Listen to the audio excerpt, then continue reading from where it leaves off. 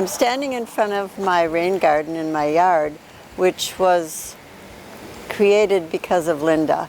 So I think it was around in 2017, Linda was working to become a water steward, and she was doing a capstone trying to find places that would be good for rain gardens in this neighborhood. So she just introduced herself and said, I'm wondering if you would allow us to do a rain garden in your yard on the corner. And I was like, a rain garden? I do love to garden, so I said, oh, that sounds great. So we started working on it together, and then she talked to Roseville, and Roseville said no, the government in Roseville, because they said the gas line goes all the way along our yard here and all the way along our yard on Brooks, and there's no way you could dig a garden there. And one thing I know about Linda is she's persistent, that I persist. And she was sure there would be a way we could find to do a rain garden here. So I still stayed connected to her, and she still said, we're not done with that rain garden yet. So it was like a few years in there. So in the meantime, Linda is just amazing because she didn't quit on this, and plus she volunteers everywhere.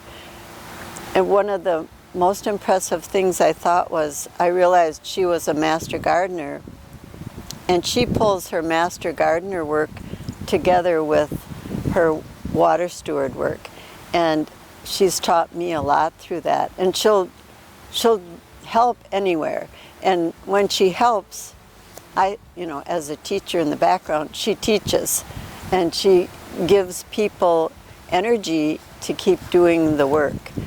And I've gone to a lot of places that we're doing mulching or we're planting as volunteers. Now that I'm a water steward, Linda's always there. Unless she has a problem and she can't be there, she'll help anywhere. And when she's there, she's always supportive of new people and of the kids and explaining to them why we're doing this. And she's gotten me so in love with native plants that has been a real change in my life as a gardener. People around here doing a huge native garden to the left of us, and we still wanted the rain garden, and Linda said, try one more time. And so she knew one of the companies that works with the watershed in building rain gardens and native gardens. We chose that company, and the owner that came out said, well, Linda's right, you can do a rain garden here. We're going to figure it out and take it to Roseville.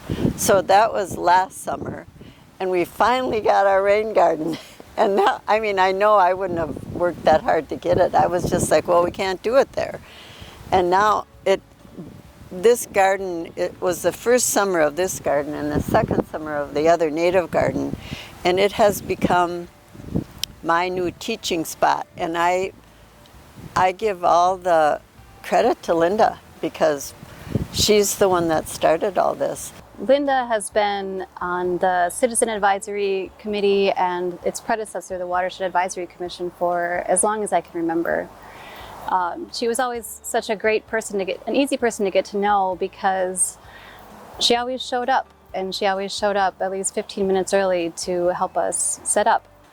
For the CAC, we have asked people to do a variety of different things, like show up with their boots and shovels to do a shoreline restoration, or to table and interact with the public at a community event, or show up for Waterfest and corral a lot of youth and help feed them at Waterfest. And Linda was someone that we could always count on to be there with a smile and do what we needed her to do.